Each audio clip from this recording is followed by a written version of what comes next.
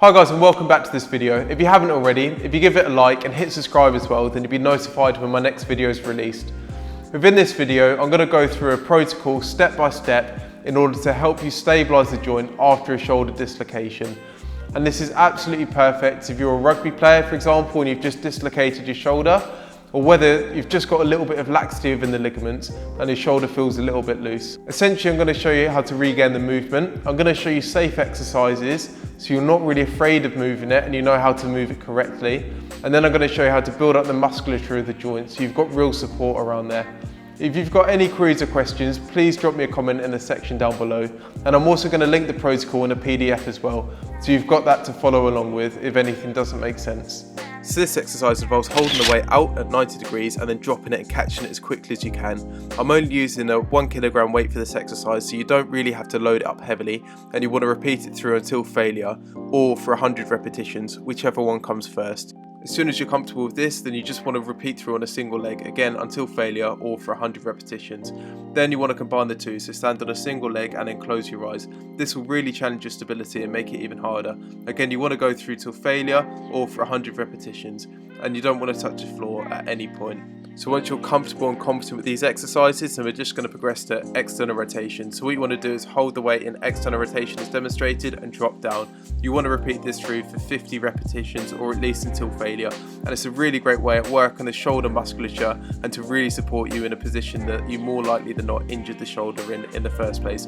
Again, we're just going to lie facing up and then just drop the weight down. And this is a really great way at starting to activate into internal rotation, and there's similar benefits to the previous exercise. This exercise is a falling press up in standing. Again, it's a really great way at starting to build up the musculature of the shoulder and just get you really used to activating the muscles in order to help decelerate the movement. You want to repeat this through again for 50 repetitions or at least until failure. This exercise is a falling press up to waist level. As you can see, this object's a little bit less than waist level for me, so it makes it really quite difficult. But essentially you want to find something waist level or a little bit higher to do this exercise on. And it's a really great way at starting to build up your confidence with loading the shoulder. And it starts to work ever so slightly more towards that external rotation, which is a position that people typically tend to dislocate their shoulder as there's less muscular support around that area. So this is a really great way at starting to build it up and prevent injuries in the future. The doorway fall is a really good way at advancing this exercise, and essentially we're just loading the shoulder joint in a position that's a little bit more compromised, and it just really helps to build up your confidence in this position. Essentially you want to fall into the wall or the door frame until you're just feeling a little bit of stretch or tension in the pecs, and then you want to use the elastic recall of the muscle to push yourself out before you feel any discomfort or disease. Again, you want to repeat this exercise through for 50 repetitions or at least until failure.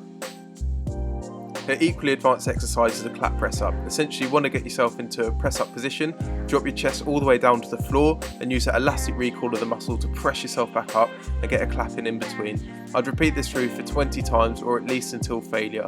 This exercise is a single-handed kneeling cross. Essentially you want to get down into a kneeling position, really support and stabilise yourself in a single arm with your bad shoulder, and then reach across the body in all 4 directions. And essentially this starts to push yourself outside of the base of support and means that your shoulder and your arm is really having to support and stabilise you, which increases the amount of muscle activity that you're getting. It's a really great way to start to introduce load in your arm and also your shoulder joint.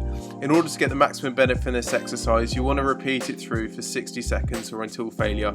In order to advance this exercise, we just want to increase the amount of load that you're putting through the shoulder. So you want to get up into a press up position, load through the single hand, and then reach again in all 4 directions.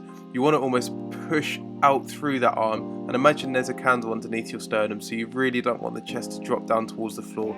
This is going to activate the serratus anterior and the rotator cuff a little bit more. This exercise is the kneeling single-handed ball roll. Essentially you want to get down into a kneeling position and then just roll the arm as far forward as you can. And this starts to put the shoulder in a bit more of an unstable position, so you're really having to recruit the muscles in order to stabilise the shoulder. Again, you want to repeat this through for a minimum of 60 seconds. Ball roll in a press up position is a natural advancement for this exercise. You'll find that your range of motion will be ever so slightly less than the previous exercise because you've got more load going to the shoulder, but you want to find a range that you're comfortable with and repeat through for 60 seconds. An end stage exercise for this program is a double-handed ball roll in a press up position. Essentially you want to get into a press up position and then just start to roll either hand in the opposite direction, you'll find that you have a large amount of load going through the shoulders, so you want to take it really nice and slowly initially, and you want to do this for a minimum of 60 seconds, but it's a really great way at starting to challenge your shoulders and push them to the limit. Hi guys, thanks for taking the time to watch this video, and I hope it all makes sense. If you've got any queries or questions, drop me a comment in the section down below and I'll be more than happy to help. But here's what you want to do next. Here I've linked a video for rotator cuff release. So if the rotator cuff's really tight and it feels like the joint's not really moving, then you can go through these exercises and see if it helps. As well, here I've got a video for rotator cuff stability and strength, and then my top 4 exercises. So you can go through those just to make sure that you've got added rotator cuff stability when going through this plan, and I'll catch you in that video.